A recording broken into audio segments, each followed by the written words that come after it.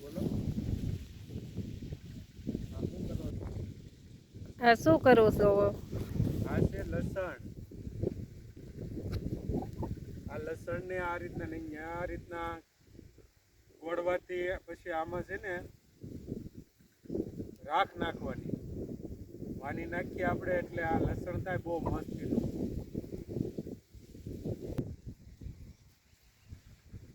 આપણે આ લસણ ગાળી રહ્યા છીએ, આપણે ગોળી રહ્યા છીએ. લસણ ગોળવાથી અને બહુ સારું ઉત્પાદન થાય છે. પછી એની માલપા રાખ નાખવાની, આપણે જે ચૂલામાં રાખ થાય ને વાની, એ આમાં નાખી દેવાની એટલે એક નંબર.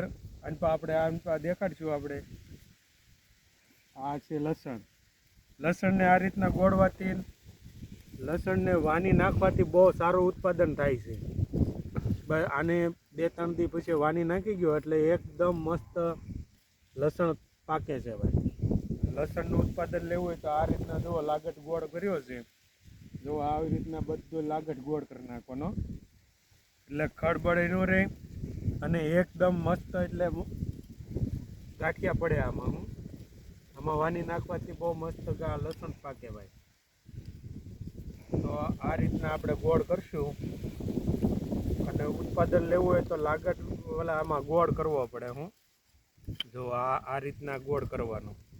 આમાં સારું હોય તો આ રીતના કરીએ કે આપણે આમાં જાણે કાજુ કતરીની કેમ આપણે બટકા પાડતા હોય એવી રીતના ગોળ કરી નાખો એટલે આમાં વાની બહુ મસ્તી નહીં રહે. તો આ રીતના કરશું. તો આ રીતના લસણ પકવવું હોય તો જો આ અમારું લસણ છે, એથી આપણે ખાવા પૂરતી જ કરેલું છે. આ કોઈ વેચવા નથી કરેલું, પણ આપણે ખાવા પૂરતી કરવું હોય તો વરદીનું લસણ થઈ જાય. પણ આની મહેનત થાય ભાઈ.